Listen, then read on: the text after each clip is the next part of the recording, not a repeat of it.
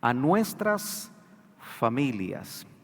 Quise empezar hablando acerca de esto y no vamos a terminar en este culto, sino seguiremos en el siguiente. Así que si usted quiere darle seguimiento a este tema tan importante porque atañe a nuestras familias, yo le invito a que si no lo puede hacer hoy, lo haga otro día, pero también trate de poner atención a ese mensaje que va a continuar en el segundo culto. Dice amén.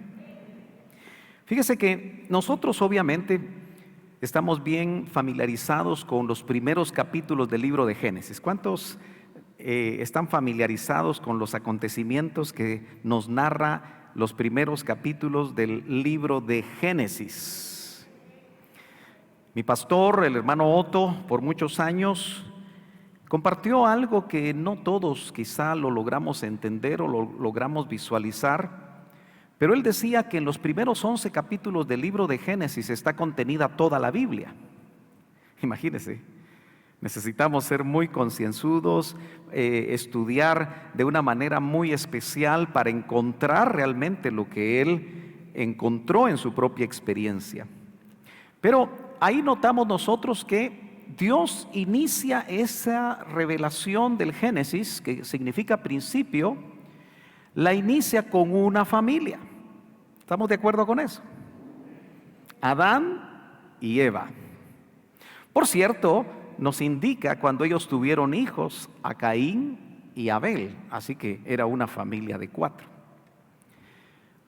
Lo llamativo, hermanos amados, es que cuando los hijos vinieron, noten ustedes que los hijos ya no estuvieron en el huerto, no conocieron el huerto. Las decisiones de los padres generalmente pueden atraer el huerto a sus hijos o quitarles el huerto. Obviamente la Biblia no nos indica si en algún momento Abel, que era el más interesado en agradar a Dios, le pudo reclamar a sus papás, a su mamá y a su papá, y decirles: por ustedes no conocí yo el huerto. Por ustedes yo no pude tener la comunión que ustedes nos cuentan que tuvieron antes de caer en pecado. Son diálogos inéditos, tal vez se dieron, tal vez no, pero no están en la Escritura. Pero lo cierto es que precisamente porque ellos empezaron a ser educados fuera del huerto, es que nosotros notamos que uno de ellos se contaminó en su corazón. No voy a leer los pasajes porque dije y pregunté y todos me dijeron que estamos familiarizados con esos, lo que nos narran por lo menos los primeros 3 capítulos del libro de Génesis. Entonces notamos que el corazón de Caín, me parece que una versión dice que demudó su rostro cuando vio que su ofrenda no era agradable a Dios. Pero no era porque el Señor a dedo hubiera dicho: bueno, yo no voy a tomar la ofrenda de Caín, sino que solamente la de Abel porque es mi preferido.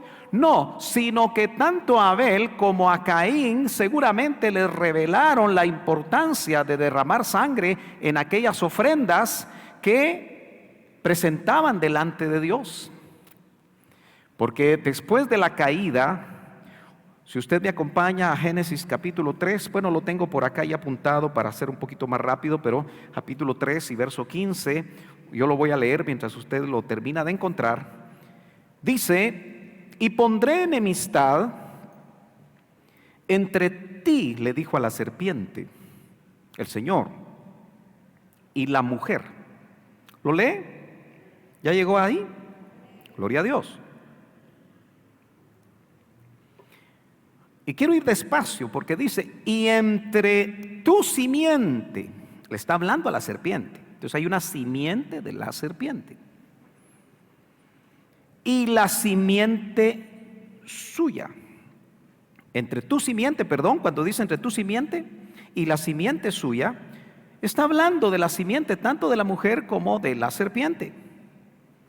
Esta te herirá en la cabeza. Tenemos que definir qué simiente iba a herir en la cabeza y a quién. y tú le herirás en el calcañar. Eso dice la versión 60. Veamos lo que dice la versión Las Américas. Dice: y pondré enemistad entre tú y la mujer, o sea, tú es la serpiente, y entre tu simiente. Otra vez hablo, la simiente de la serpiente y su simiente, es decir, la de la mujer. Pero ya Américas no traduce esta, sino si usted tiene una versión Las Américas o si la podemos ver acá, vamos a ver. Si esta es Reina Valera, no tenemos versión Las Américas me parece, pero si usted tiene una versión Las Américas o lo chequea en casa, los traductores ya no tradujeron esta, refiriéndose a la simiente de la mujer, porque era un poco indefinida la cosa, sino que Américas traduce él. Hay diferencia, ¿no? Él te herirá en la cabeza, porque no estaba hablando de cualquier simiente de la mujer, sino que estaba hablando de nuestro Señor Jesucristo como simiente de la mujer, que iba a golpear en la cabeza a la serpiente. Dice amén.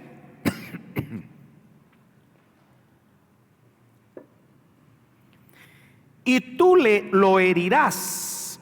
Más comprensible, ¿no?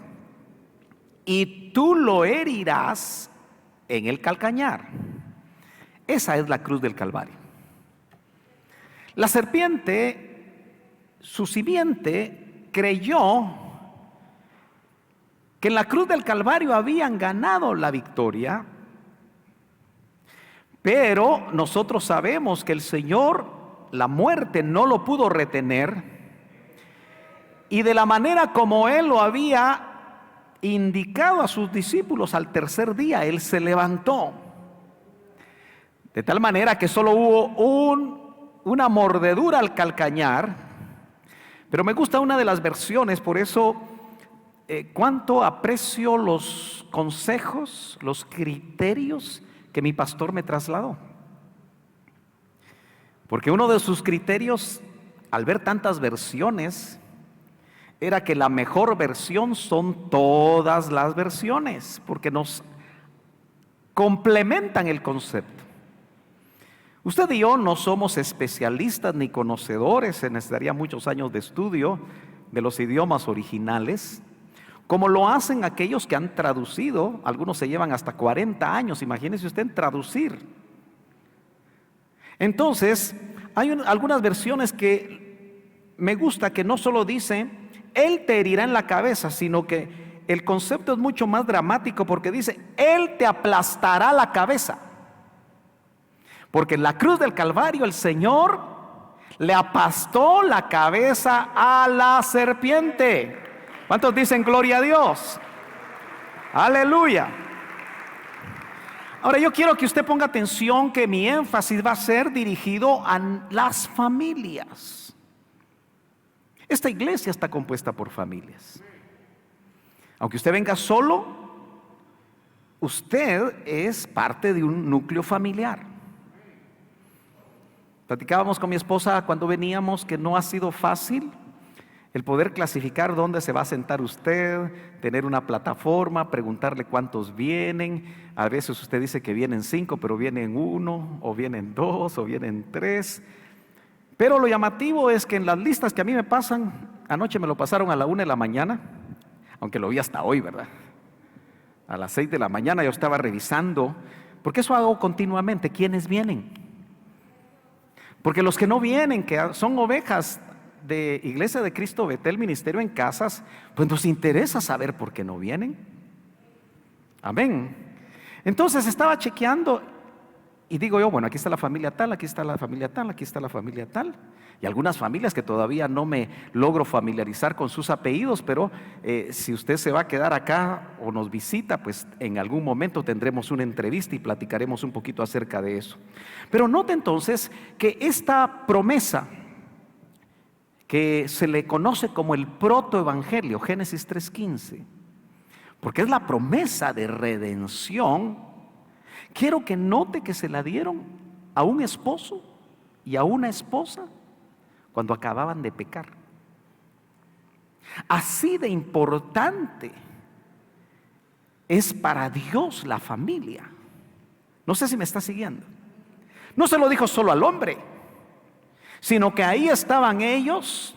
Usted lo lee despacio en el capítulo 3 del Génesis, y a ambos, haciendo alusión a la mujer, indicando que por medio de la mujer iba a nacer uno que iba a traer la redención al mundo, y la redención, por supuesto, a todas las familias.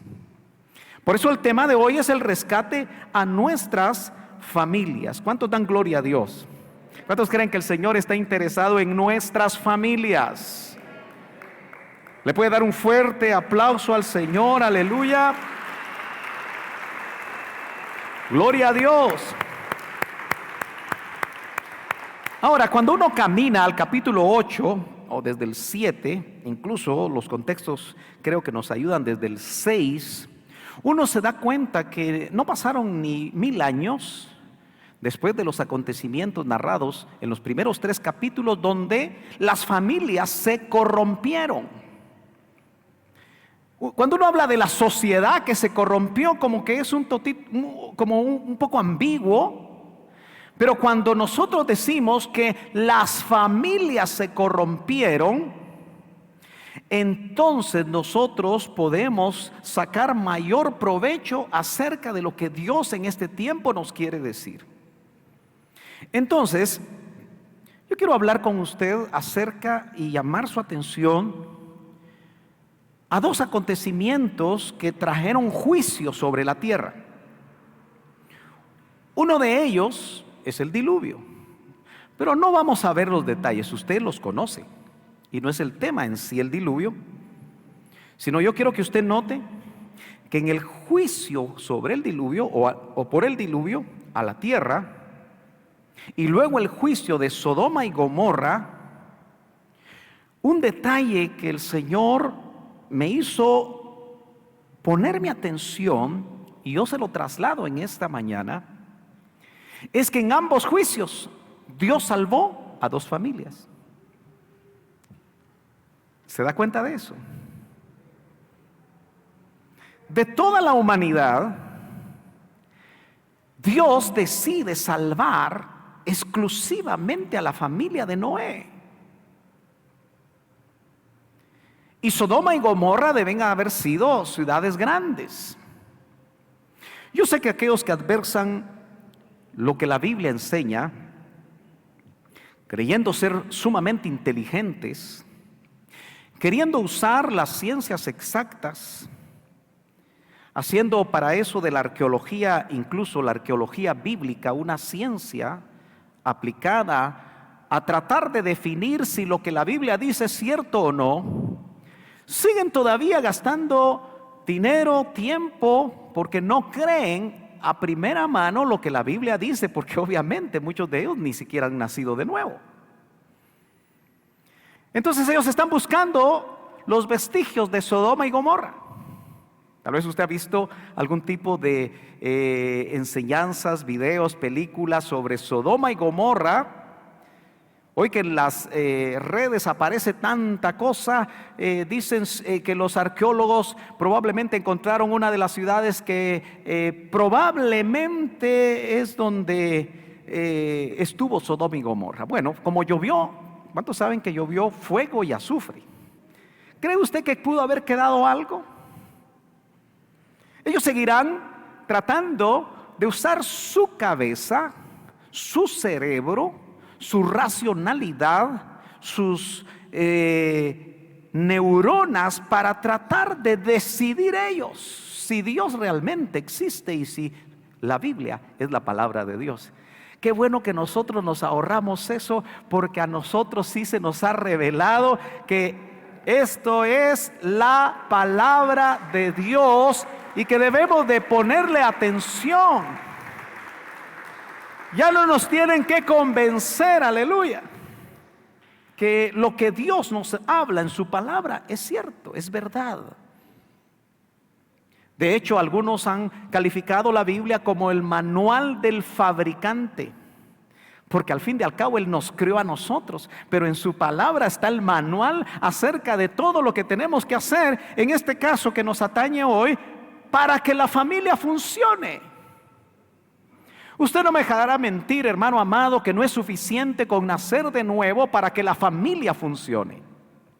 No habría necesidad de ministrar a las parejas, no habría necesidad de ministrar a los hijos, no habría necesidad de ministrar a los padres, a las madres, en los conflictos que en determinado momento se dan en el seno de las familias cristianas. No tendríamos que tener la visión de restaurar familias. No tendríamos que tener la visión en la iglesia local de hablar acerca de lo que Dios ha dicho en su palabra, si realmente las familias cristianas no se enfrentaran a diversos problemas. ¿Cuántos están convencidos que no es suficiente con ser cristiano para que todo camine bien en la familia? A veces la cosa se complica más. Uno de los textos que estuvo recordándome el Señor, pero no me quiero meter a eso ahorita, es que la misma, diríamos, encarnación de Cristo hace 2000 años, dice que vino a poner conflicto en la familia. ¿Ha leído usted ese pasaje en los evangelios? Donde los padres iban a entregar a los hijos, donde los hijos iban a entregar a los padres, donde iban a estar en conflicto, y que incluso el Señor esa enseñanza la termina diciendo, y aunque se interpreta muchas veces mal, diciendo que el que no ame más al Señor que a padre o madre no es digno de Él. Por supuesto, el Señor no está diciendo que cuando tú le amas debes abandonar a tus padres o a tus hijos, como algunos así lo interpretan, sino que está hablando de prioridades. ¿Cuántos dicen amén? Entonces quiero ir a Génesis capítulo número 7 y ver en el verso 1 muy directamente lo que me interesa en esta mañana. Y dice, me parece la versión Las Américas: entonces el Señor dijo a Noé: entra en el arca tú, y me interesa lo que sigue, y todos los de tu casa. El mensaje que el Señor le dio a Noé cuando termina el arca, y aunque sabemos que este hombre predicó 120 años para que otros más, otras familias más entraran al arca, entendemos por el texto bíblico que no quisieron entrar. Entonces me interesa cuando el Señor le dice: entra en el arca tú, la cabeza de esa familia. ¿Cuándo cree usted que empezó el concepto bíblico que el hombre es la cabeza del hogar? ¿Cuándo cree usted que empezó? Pues empezó desde que el Señor creó al hombre y creó a la mujer. Es un principio de autoridad de Dios, aunque no les guste a las hermanas. No dijeron amén, ¿verdad? A veces eso es conflicto, especialmente cuando se enseña mal. Especialmente cuando el hombre, como cabeza del hogar, tiene un extraño concepto ajeno a la Biblia de lo que es ser cabeza. Pero esto inició no cuando el hombre pecó. Ya Adán era la cabeza de Eva desde que Eva fue sacada de su costado. Y lo más tremendo es cómo el Señor, recogiendo esa idea, ese concepto, que incluso, hermano amado, yo quiero que usted, yo se lo repito muchas veces, no sé hasta dónde usted lo ha logrado visualizar, pero es que el concepto familia empezó en Dios. Y el concepto familia es eterno, porque hay un Padre eterno y por lo tanto hay un Hijo eterno. No hablo de otra cosa porque muchos no me entenderían. Pero lo cierto es que entonces, si hay Padre eterno y hay Hijo eterno, el concepto familia es eterno, es decir, no tuvo principio y por lo tanto no va a tener fin. Entonces Dios al crear, Él ha sido creador por toda la eternidad, pero en algún momento de esa eternidad pasada, y cuando Él decide crear a la humanidad, y para poder poner nuestros pies sobre tierra nos vamos al libro de Génesis, no nos vamos a Génesis 0, más atrás de eso porque nos podemos complicar y no tengo tiempo para eso ahora. Tengo que decirle, hermano amado, que Él nos presta el concepto eterno de la familia para nosotros los humanos. ¿Ya se dio cuenta usted de eso? Quiere decir que cuando nosotros formamos familia o estamos en familia, y aunque usted haya nacido sin conocer a su papá o sin conocer a su mamá, de todas maneras Dios usó a un hombre y una mujer para engendrarlo. Claro, hoy hay tantas situaciones de tipo genético, que en un banco de esperma una mujer puede ir a recoger un esperma de un hombre desconocido e inseminarse y tener un hijo y no saber quién es el padre. Pero técnicamente hablando, sí hubo un hombre, aunque no ejerza su función de paternidad. ¿Me estoy dando a entender? El hombre, de alguna manera, ha tratado de resolver los problemas a los que se enfrenta, muchas veces pasando de lado los principios de Dios para la familia. Yo estoy convencido que nosotros necesitamos conocer a profundidad qué es lo que Dios dice para las familias y por qué son tan importantes las familias. Por eso en esta idea del rescate a la familia, en estos tiempos, viene precisamente de poner, insisto, la atención que el Señor le dice a Noé: entra en el arca tú y todos los de tu casa, porque he visto que solo tú eres justo delante de mí en esta generación. Leí Génesis 7:1. Una idea que me viene y me está dando vueltas y que quiero compartir con ustedes, y creo que lo que aconteció después del diluvio da pie a pensar que no necesariamente toda la familia de Noé estaba lista para ser rescatada. ¿Sí? ¿Me está entendiendo? Acuérdese que puede decir amén si me está entendiendo. Yo necesito algún tipo de retroalimentación aunque tenga mascarilla. Amén. Y el Señor hace énfasis. Dice: porque he visto que solo tú. ¿Y cuántos fueron rescatados?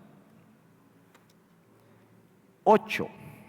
Noé y su esposa, sus 3 hijos y sus 3 nueras, que estas sí eran. 8. 4 parejas. En cierta manera 4 familias, pero en realidad era una familia extendida. ¿Me está entendiendo, hermano amado? Pero note que el Señor puso su atención en la cabeza. Por eso, de alguna manera, hermano amado, yo quiero también poner la atención en los que somos cabeza de hogar. Los que de alguna forma Dios escogió, no al azar. Yo no creo que usted haya sido escogido al azar para tener los hijos que tuvo o los que va a tener. Igual la madre. Que esos vientres hayan sido escogidos al azar para traer a esta tierra a aquellos hijos, sea uno, sean 20. Sin duda Dios tuvo un plan. Yo me recuerdo que en una ocasión el Señor puso en mi corazón, debido a ciertas enseñanzas que impactaron mi vida y que me hablaron de una manera personal, que yo necesitaba honrar a mis padres. Yo soy hijo de Francisco Heriberto Noriega Herrera y de Dolores del Carmen Mancilla Paredes. Ellos fueron mis padres, ya no están en la tierra, pero están gozándose en la presencia del Señor. Y en esa reunión de honra que preparé para mis padres, creo entender que el Señor puso en mi corazón que escribiera algo para mi papá, que lo honrara, y que escribiera algo muy específico para mi mamá, para honrarla. Luego contraté a alguien que lo hiciera con letra muy especial, lo mandé enmarcar y fue un regalo que les entregué para que lo pusieran en sus hogares, porque ya no vivían juntos. Ellos se divorciaron, usted lo sabe, cuando yo tenía 10 años. Yo podía haber sido una persona completamente resentida por el divorcio de mis padres, porque uno de los detalles que nosotros no ponemos atención cuando una pareja se divorcia es que los principalmente afectados son los hijos.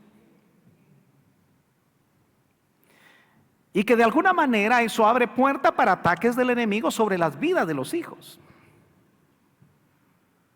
Sin embargo, el Señor, después de ese divorcio, llegó a mi vida. Y por cuanto el Señor llegó a mi vida, en lugar de estar resentido, estaba agradecido. Y me sentía bendecido de poder bendecirlos a ellos. Porque eso es parte de lo que la Biblia nos enseña. Si usted lee detenidamente Proverbios 31, usted se dará cuenta que esa mujer virtuosa, al final del capítulo 31 dice que cuando ella ya está grande, sus hijos se levantarán y la llamarán bienaventurada. Eso indica que los hijos debemos de bendecir a nuestros padres y no olvidarnos de ellos. Entonces Noé era la cabeza. Dios escogió a Noé. Y en cierta manera esa familia tuvo que haber sido bendecida, aunque quizá al principio sus hijos creyeron que su padre se había vuelto un chiflado.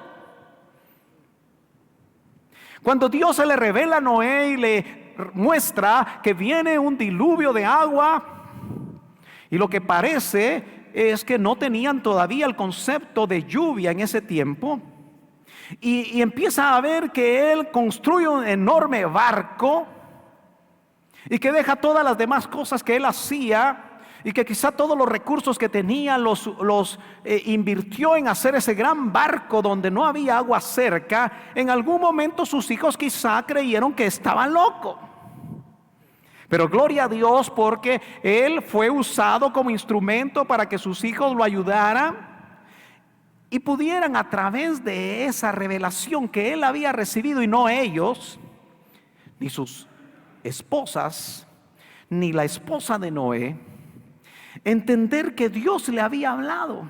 Y de esa manera vemos nosotros que fueron rescatados. Ahora quiero poner atención al hecho de que el Señor le dice: he visto que solo tú. ¿Podrá decir el Señor eso de nosotros, las cabezas de hogar que estamos aquí o las que nos están viendo por internet en este momento? ¿Podré decir yo, como cabeza de mi casa, que el Señor me ha visto justo? Hoy entendemos que el concepto justificación se hace realidad solamente en base al sacrificio de Cristo. Pero en el momento en el que Noé vivió, el Señor no había encarnado, no había muerto, no había resucitado. Así que Noé, con la revelación que le dieron, fue considerado justo. Hoy nosotros somos considerados justos no porque seamos justos, sino porque la justicia del Señor nos es imputada, nos es trasladada a nosotros por el derramamiento de su sangre en la cruz del Calvario. Usted y yo, varón que está aquí, que es cabeza de hogar, no lo merecíamos. Imputar es un acto legal por medio del cual se pone algo en la cuenta de otro que no le pertenece por naturaleza. La justicia de Cristo nos fue imputada desde que nosotros nacimos de nuevo. Vea la importancia de no solamente ser un evangélico religioso que cambió de campanario o cambió de religión, sino ser una persona que realmente tiene una relación con Dios maravillosa, dinámica, aleluya, viva, que nos permite entender que por eso somos justos. Sin embargo, hay una manera de que esa justificación por fe se haga evidente en la manera como usted y yo como cabezas de hogar vivimos. ¿Nos verá justo el Señor? Bueno, sí, a través de Cristo, pero experimentalmente cada día que nosotros vivimos. Y eso es lo que nos hace a nosotros meditar en esta mañana.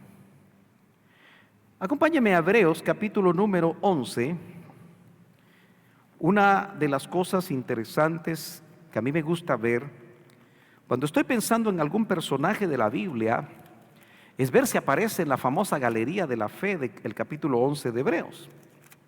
Y yo le recomiendo que lo haga. Y en el capítulo 11 y verso 7 se habla de este varón, que el Señor lo encontró justo en toda su generación, y por eso a él y a su familia el Señor las rescató. Por lo que nosotros conocemos de Cam, tal vez si nos hubieran preguntado a nosotros si le dábamos el boleto de rescate a Cam, hubiéramos dicho que no, ¿verdad? Pero yo quiero que usted visualice como un varón piadoso, un varón consagrado, que es cabeza de su casa, influye benéficamente en su familia. Y cuando se comporta en una forma completamente distinta, también influye, pero en una forma completamente negativa. Entonces, mire lo que dice acerca de Noé en el verso 7 del capítulo 11 de Hebreos. Por la fe, dice, Noé era un hombre con fe. Cuando fue advertido por Dios, ¿usted ya fue advertido por Dios en estos últimos días lo que viene sobre nuestras familias? ¿Aló? No los veo muy convencidos. ¿Cree usted que esta pandemia nos está advirtiendo algo? Una pandemia que ha causado tanto dolor, que se ha llevado familiares cercanos, amigos, compañeros de trabajo, compañeros de estudio, y que no sé de qué forma usted haya logrado para su acervo personal, pero especialmente en una forma espiritual usted ha digerido por qué el Señor permitió esta famosa pandemia. Porque aunque hay diferentes fuentes que se pelean si es letal, si no es letal, si se vacunan, si no se vacunan, y cuánta batalla hay en los aires, lo cierto es que han enlutado familias, y específicamente han enlutado familias de esta congregación, como en muchas congregaciones alrededor del mundo. Entonces yo creo que por medio de esta pandemia Dios nos está hablando.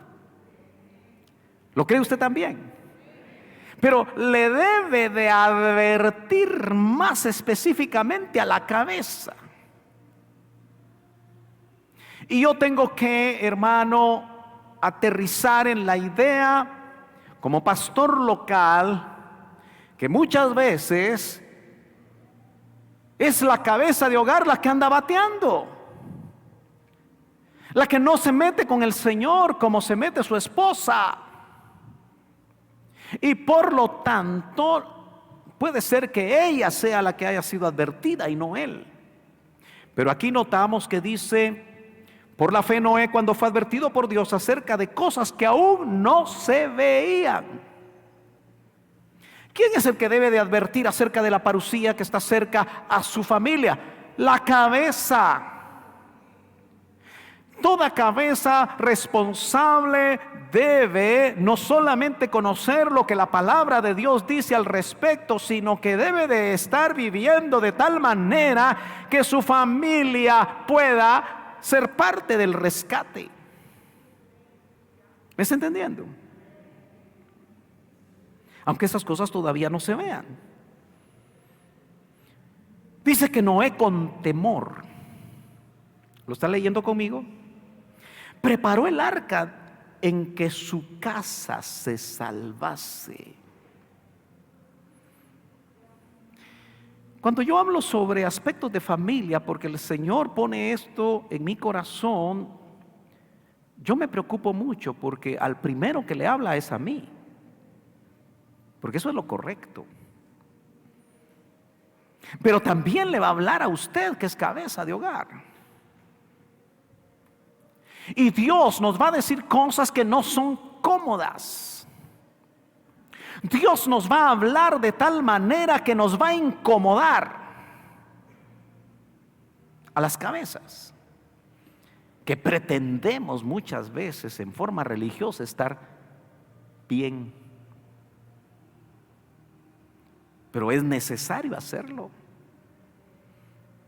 Dice amén.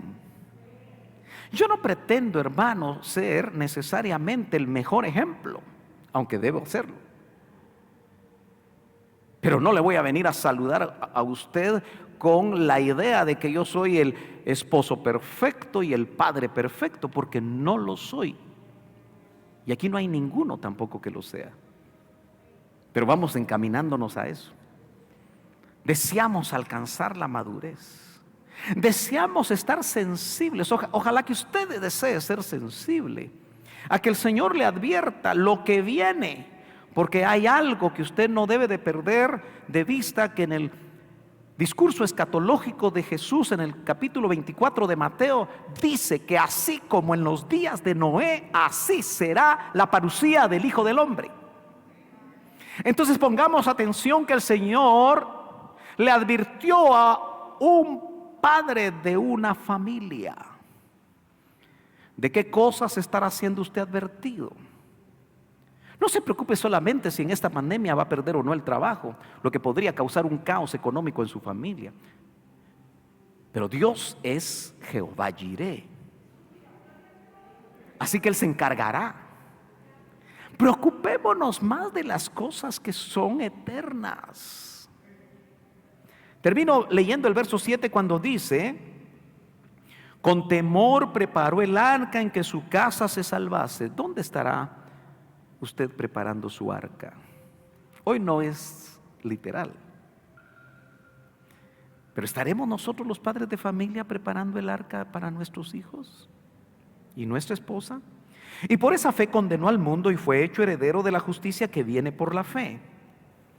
Ahora quiero cambiar un poquito para ver el caso de Lot en Sodoma y Gomorra. Usted sabe que Lot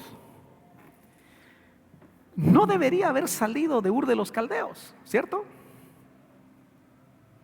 Porque Dios le dijo a Abraham, que en ese momento era solo Abraham: vete de tu tierra y de tu parentela a la tierra que yo te voy a mostrar. Y Lot era de la parentela. Así que en cierta manera Abraham desobedeció, ¿no? Se llevó a su papá. Es que cómo iba a dejar a su papá, haber estado grande, ¿verdad? ¿Usted se ha dado cuenta que a veces nosotros metemos el alma cuando Dios nos da una instrucción? Y metemos los sentimientos. Bueno, lo cierto es que Lot se encontró con su tío Abraham prosperados y sus pastores peleándose por la tierra para poder alimentar sus grandes ganados, porque los dos eran prósperos. De ahí que surgió aquella famosa frase, que yo la tengo muy clara en mi corazón, porque dice que las verdades enseñadas por un pastor son como clavos bien clavados. Y a mí me quedaron bien clavados esos clavos de parte de mi pastor. Cuando leyendo esas cosas dijo: Abraham y Lot, los dos eran prósperos. Solo que Abraham era próspero con altar, Mas sin embargo su sobrino Lot, que también era próspero, lo era sin altar. Y por no tener altar, cuando Abraham, su tío, que le correspondía como el mayor de acuerdo a la cultura de esos tiempos, tomar lo mejor y tomar la primera decisión, le dijo: Lot, escoge la tierra, ¿dónde quieres ir? Y él escogió las llanuras que se extendían hasta llegar a Sodoma y Gomorra. Eso dice la Biblia, ¿verdad? Dice amén, está conmigo. No estoy leyendo la Biblia, pero usted sabe que eso dice. Y entonces nos encontramos que Lot llega a dos de las ciudades que pecaron de una manera tan abominable contra Dios, que Dios las destruyó con fuego y azufre. ¿Sabe por qué la mayoría de personas no quiere aceptar que la Biblia diga la verdad? Porque entonces, si aceptamos que la Biblia dice la verdad y hay un antecedente donde fuego y azufre destruyó dos ciudades, y entonces tendríamos que creer que lo que dice el Señor en su palabra acerca de que toda esta tierra también va a ser destruida por fuego es cierto. ¿Me está entendiendo? Es preferible decir que es un mito.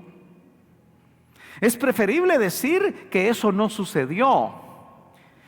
Es preferible decir, como dicen algunos, un meteorito cayó ahí y destruyó todo, tratando de quitar la idea de que el Dios que hizo este universo tomó la decisión en base a la nefanda manera de vivir de estas familias en Sodoma y Gomorra, donde uno que pudo haber tenido participación en las promesas de Dios tomó una decisión, siendo cabeza de familia, por obtener todo lo material.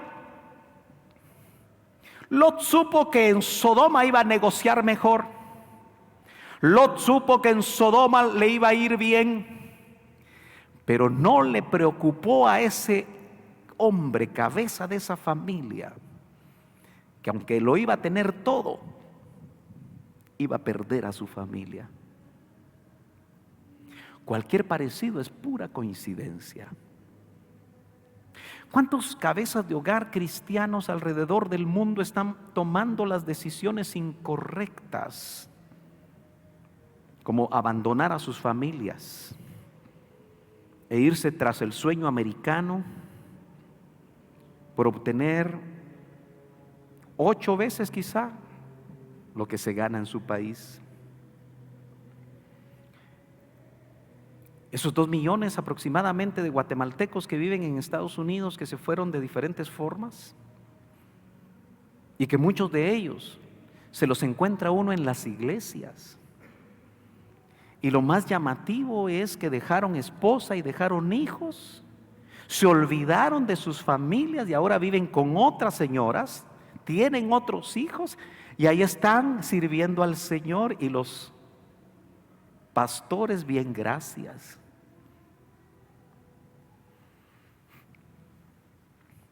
Yo recuerdo a un ministro, amigo mío, no quiero dar muchos detalles, pero que tenía un pastor cuya familia la había dejado aquí en Guatemala y se había olvidado de ellos, y sin estar ni siquiera divorciados tenía otra esposa y él lo puso de pastor. ¿Será correcto? Por supuesto que no. Entonces Lot, si me acompaña ahora, porque ya me surgió la María y tengo que terminar. Capítulo 19, leamos desde el 12 al 15 de Génesis. 2 familias que fueron rescatadas, solo que en este caso solo una parte de la familia de Lot. Tiene el capítulo 19, verso 11, 12 mejor, leo. Y dijeron los varones a Lot, estos eran ángeles: ¿tienes aquí algunos más? Note usted la pregunta. ¿Tienes aquí algunos más, entiendas entre líneas, de tu familia? Quiero que usted se lleve la idea en su mente que el Señor no solo está interesado en rescatar a un miembro de una familia, quiere rescatar familias antes que los juicios que están por venir sobre la tierra se den. Dice amén. Ya se me durmió usted, ¿verdad? ¿Cuántos dicen amén? Bueno, espero que también los de internet digan amén. Leo. Especificaron, ¿verdad? Esta Reina Valera dice yernos. Y ponga atención a esto. Y tus hijos. ¿Alguna vez usted se había puesto a pensar que Lot tuvo hijos varones? Porque aquí lo dice. Yernos y tus hijos y tus hijas. Yo no puedo pensar que siendo ángeles ellos hayan hablado en una forma genérica y no supieran si tenía hijos o no, porque eran ángeles. ¿Está de acuerdo conmigo? ¿Y qué se hicieron los hijos de Lot, los varones? Pues tenemos que entender que se perdieron. Qué doloroso haber sido eso para Lot. Y tus hijas y todo lo que tienes en la ciudad, sácalo de este lugar. No está hablando de lo material. No había tiempo para lo material. Yo me pongo a pensar, hermano, usted que le gusta trabajar 18 horas para tener todo lo que a usted le gusta, yo le pregunto, ¿qué se va a llevar? Ya sea en el momento en el que el Señor lo llame a su presencia, ¿qué se lleva? Nada. O cuando el Señor, que es la promesa, es la esperanza bienaventurada que nosotros tenemos, aparezca y nos vamos sin nada material. ¿No cree que nosotros los cristianos de este siglo XXI, año 22 recién estrenado, debemos empezar a cambiar un poco nuestra mentalidad en cuanto a las prioridades? Aunque usted sea un joven o una señorita llena de sueños, pídale al Señor que le revele en qué va a dedicar todo lo que está haciendo de su vida, porque de lo material no se va a llevar nada. Vuelvo al texto, porque eso es solo lo que me va a dar tiempo. Porque vamos a destruir este lugar, por cuanto el clamor contra ellos ha subido de punto delante de Jehová. Yo me pregunto, si en Lucas dice que como en los días de Lot va a ser la venida del Hijo del Hombre, así como Mateo dice que como en los días de Noé, ¿no cree que tenemos que ponerle atención a esto? ¿Será que ya subió el clamor? Porque eso es lo que dice aquí. Porque por cuanto el clamor contra ellos, Sodoma y Gomorra, ha subido de punto delante de Jehová. ¿Será que ya el clamor subió delante del Señor? ¿Ya llegó la violencia a los niveles de Génesis 6? Que dice que la tierra estaba llena de violencia. Las aberraciones de tipo sexual que se daban en Sodoma y Gomorra, de donde viene el concepto sodomía o sodomita, del cual no hay tiempo para hablar. Y si hablamos, de repente cortan el Facebook, porque ahora vivimos esos tiempos, ¿verdad? Que si se interpreta que se está hablando de una manera, como ellos dicen, homofóbica, cortan bajo sus criterios personales. Pero lo que nosotros queremos es hablar lo que dice la Biblia. Y vienen tiempos donde cuando hablemos lo que dice la Biblia vamos a ser perseguidos. Pero termino. Dice, Jehová nos ha enviado para destruirlo. Entonces salió Lot y habló a sus yernos.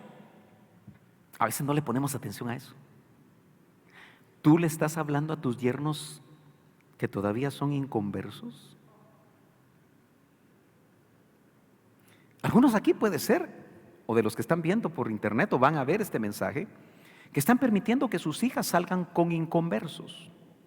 Lo están permitiendo bajo su criterio. Esa es su decisión. Pero la Biblia sigue diciendo que no debemos unirnos en yugo desigual, ¿cierto?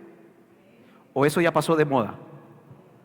Pero a veces en la realidad de la iglesia, los padres de familia permiten que sus hijas salgan con jóvenes inconversos. Ay, hermano, es que no me hacen caso. Es que ahí está el problema. ¿Por qué ya no nos hacen caso? Yo creo que estos mensajes vamos a tener que ampliarlos. A ver si usted sigue viniendo.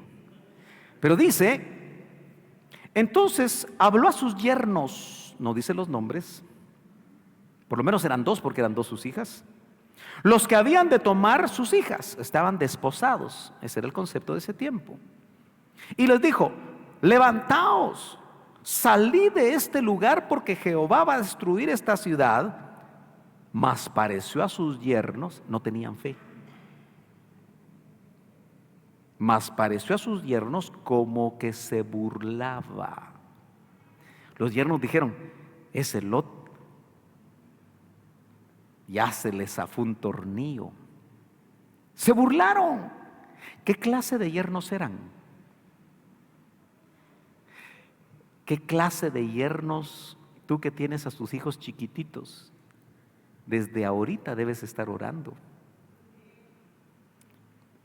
Aunque quién sabe si va a dar tiempo. ¿Aló? Para que esos niños que están chiquitos y que hoy llaman la atención que los tenemos dentro de nosotros. Algunos me preguntan, ¿y ustedes tienen a los niños y hacen bulla o no hacen bulla? ¿Y se ha dado cuenta que ellos han aprendido a estar con sus padres? Y por quizá primera vez miran que papá ora. Ah, papá, tú oras en la iglesia. Ah, papá, tú también danzas. Papá, cuando estaban ministrando la palabra, se te cayó una lágrima, papá. ¿No cree que eso va a impactar más la vida de estos niños? Termino. Pero apúrese, pastor, porque hace rato que dice que termina. Y al rayar el alba, verso 15, los ángeles, esos varones, por eso le dije que eran ángeles, daban prisa a Lot. Yo no sé si Lot quería llevarse algo. Quiero que ponga atención a esto. Daban prisa a Lot diciendo, levántate. Yo me puse a pensar, ¿cómo durmió Lot? ¿Usted hubiera dormido? Si le dicen que a otro día tiene que salir porque van a destruir la ciudad. Pero los ángeles estaban muy tranquilos. Lot dice, levántate, toma a tu mujer y tus dos hijas. ¿Por qué los ángeles ya no mencionaron a los hijos varones? Porque también se deben haber burlado. No lo dice la Biblia, pero se puede inferir. Toma tu mujer y tus dos hijas que se hallan aquí para que no perezcas en el castigo de la ciudad. ¿Cuántos saben que viene castigo sobre la tierra? Apenas esta pandemia es como una avanzada de lo que viene. Por eso creemos que estamos en una pretribulación. Por eso que yo no creo que una vacuna sea la marca de la bestia. Porque si la vacuna es la marca de la bestia, nos quedamos. Si entendemos la escatología bíblica. Claro, yo respeto su opinión. Por eso esta iglesia ni dijo que se pusiera la vacuna, ni dijo que no se la pusiera. Lo que sí le enseñamos, médicamente hablando, ¿se acuerda lo que hicimos el año pasado? Y escrituralmente hablando para que usted tomara su decisión. Algunos la tomaron, otros quizá no. Pero no es la vacuna lo que me interesa. Lo que me interesa a mí en este momento es ¿Viene castigo para la tierra? La pregunta importantísima entonces es para las cabezas esta mañana. Y por supuesto, aquellas familias donde solo hay mamá e hijos, ellas se constituyen cabeza. ¿Estamos preparando arca para salvar a la familia? Aunque sean 2 o 3. Hay un verso, solo déjeme leer ese verso en la primera epístola de Pedro. Acompáñeme a la primera epístola de Pedro, por favor. Rapidito. Segunda epístola de Pedro, capítulo 2 y verso 7. Se lo leo rápido. Si rescató a Lot, abrumado, ¿por qué tuvo que vivir abrumado Lot? Por su mala decisión. ¿Será que tú estás viviendo abrumado, varón, cabeza de hogar, por las decisiones que has tomado? Esa palabra se puede traducir acosado, oprimido, afligido, maltratado, estar angustiado. ¿De qué le servía la prosperidad que había encontrado en Sodoma si Pedro, bajo revelación del Espíritu, le fue mostrado cómo vivió Lot en Sodoma? Y hermano, ahora este mundo es una Sodoma. ¿Por qué será que el anticristo, una de las características es que no tendrá amor por las mujeres? Por eso podemos entender que es el espíritu del anticristo el que está ejerciendo una enorme influencia entre los políticos del mundo para establecer leyes que hagan lo que no agrada a Dios algo legal. Pero de eso hablamos en el segundo culto. Si rescató Lot, o a Lot, abrumado por la conducta sensual de hombres libertinos. Eso dice Pedro.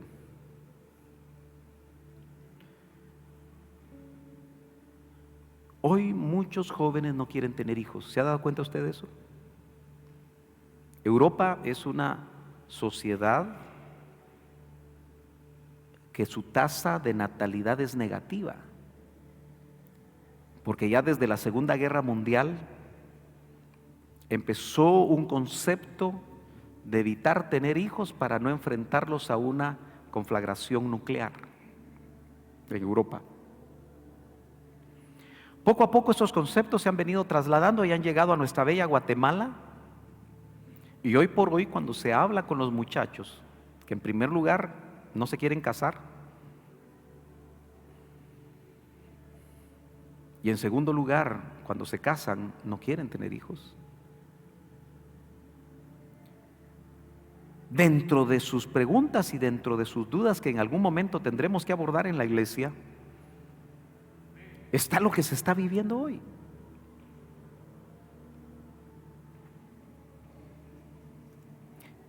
Este libro, porque puede ser que usted no oiga la segunda parte, Hombres fuertes en tiempos difíciles, se lo recomiendo, especialmente las cabezas,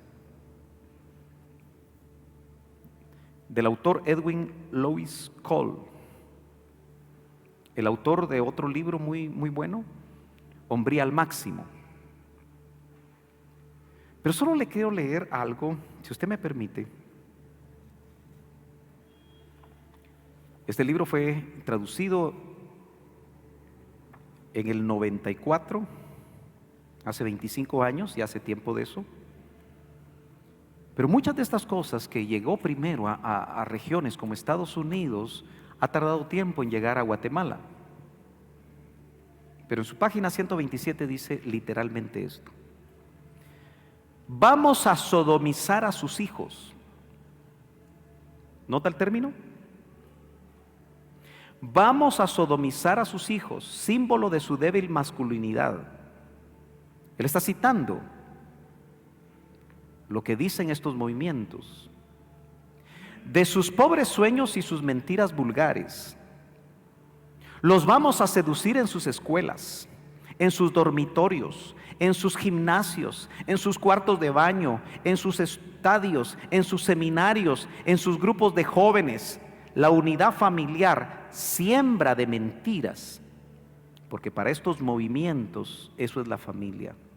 Por eso nosotros los varones necesitamos rescatar a nuestras familias. Sigo leyendo.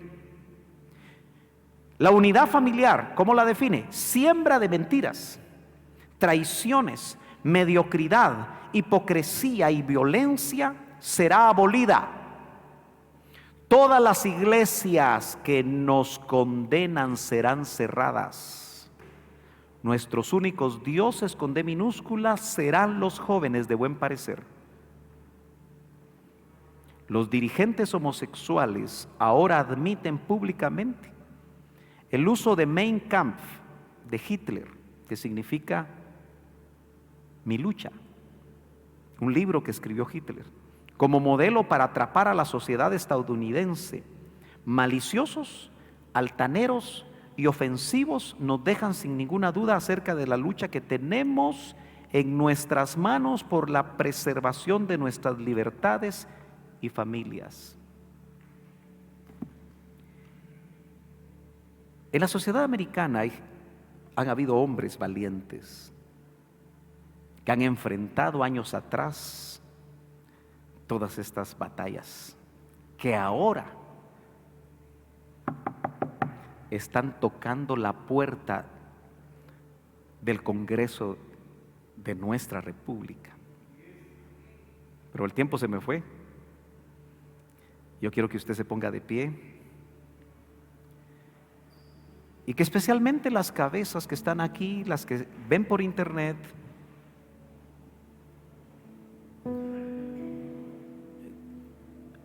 no sé cuántos de ustedes se animan a pasar aquí al frente, que son cabeza de hogar, en una forma rápida, para que podamos orar. Yo lo invito. Si otro estuviera predicando e hiciera el mismo llamado, yo también estaría aquí al frente. Solo mantengan un poco su distancia, alárguense incluso para acá, de este lado, por favor, para mantener su distancia.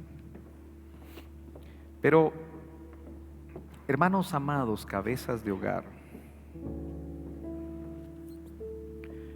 no es casualidad que dos juicios que están escritos en la palabra,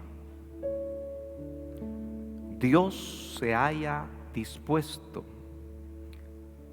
de esos dos juicios rescatar dos familias.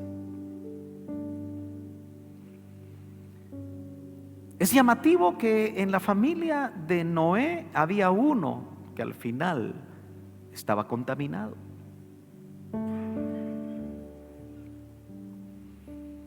Es llamativo que aún la familia librada del juicio de Sodoma, la esposa se quedó en el camino porque miró atrás, significando con esa mirada atrás que quería o no quería dejar lo que significaba Sodoma. La esposa de Lot salió de Sodoma, pero Sodoma no salió de su corazón. Y se quedó transformada en una estatua de sal en el camino. Y llamativamente la Biblia, que no esconde nada del drama humano, nos explica que las hijas, creyendo que no habrían hombres que les dieran simiente, tuvieron relaciones con su padre, y de ahí surgen dos pueblos malditos como Amón y Moab. Si aún aquellos que fueron rescatados enfrentaron situaciones difíciles, ¿de qué manera nosotros ahora, que viene un juicio no local, ya no un diluvio de agua, pero sí viene un juicio que sacudirá toda la tierra.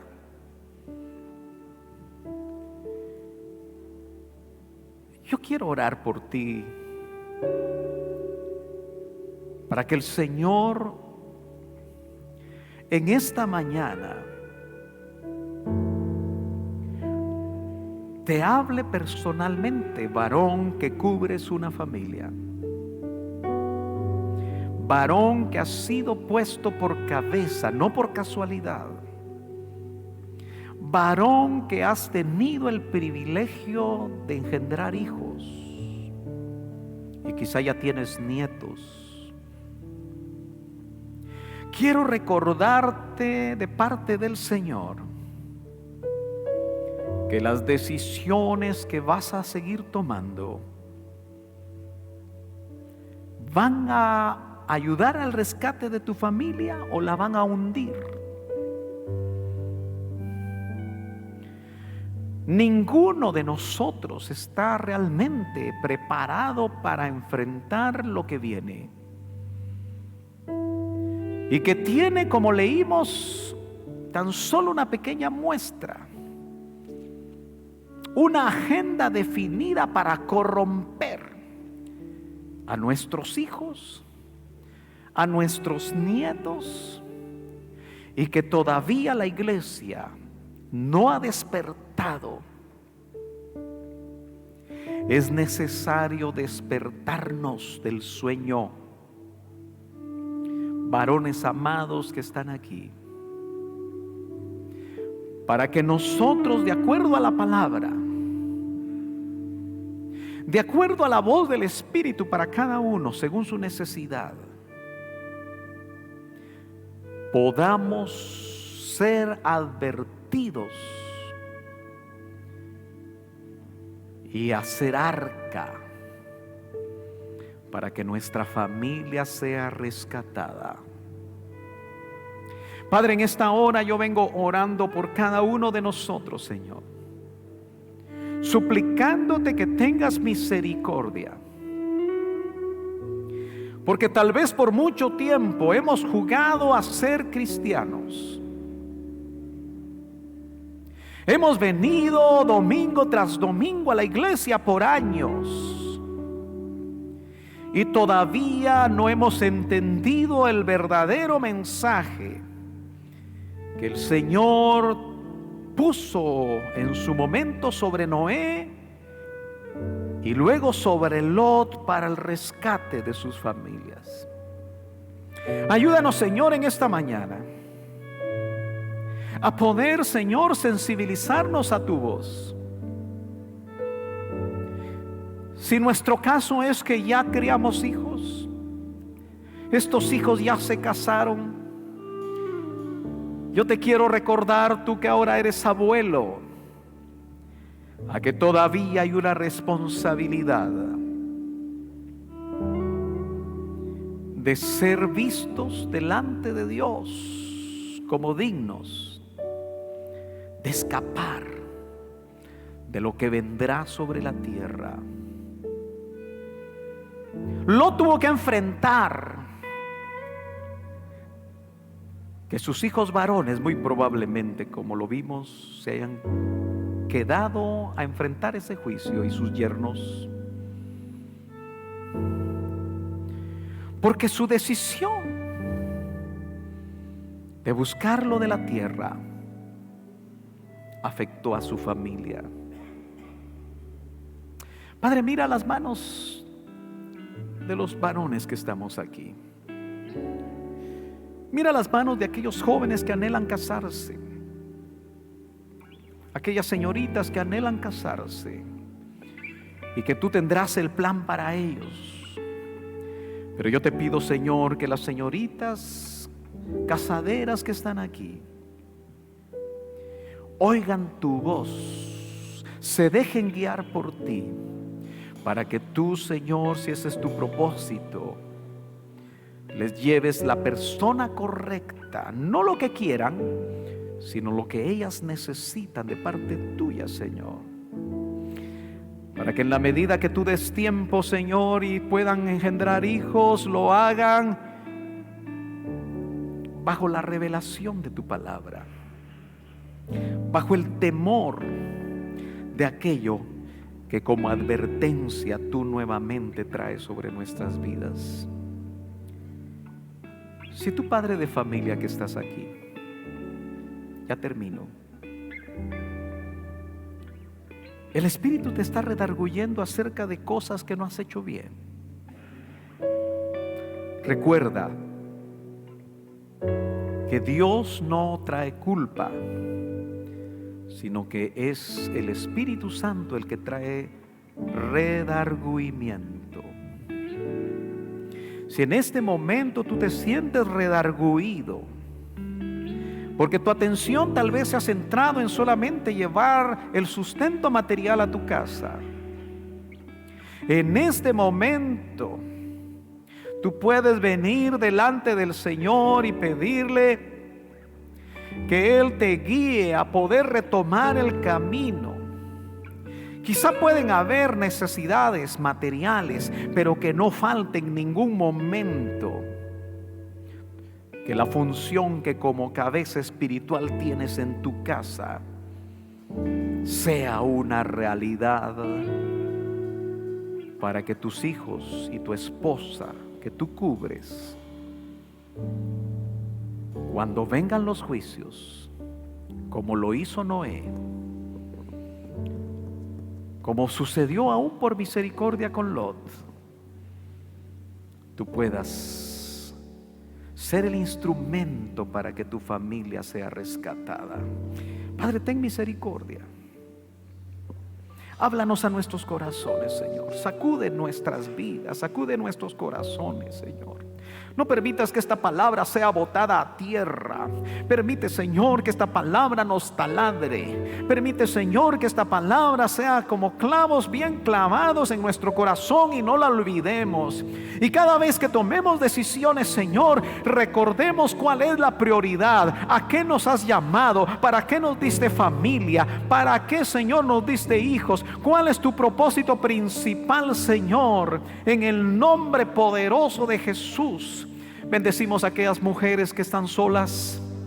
Bendecimos a aquellas mujeres, Señor, que han sido valientes para oír tu voz y criar hijos. Que tú las bendigas, que tú las fortalezcas, que tú también les hables y jueguen ese papel que les ha tocado librar, Señor, bajo sus circunstancias con fe, sabiendo que en el tiempo final tú respaldarás a aquellos que te busquemos con todo nuestro corazón. Padre, gracias. En el nombre poderoso de Cristo Jesús. Amén y amén.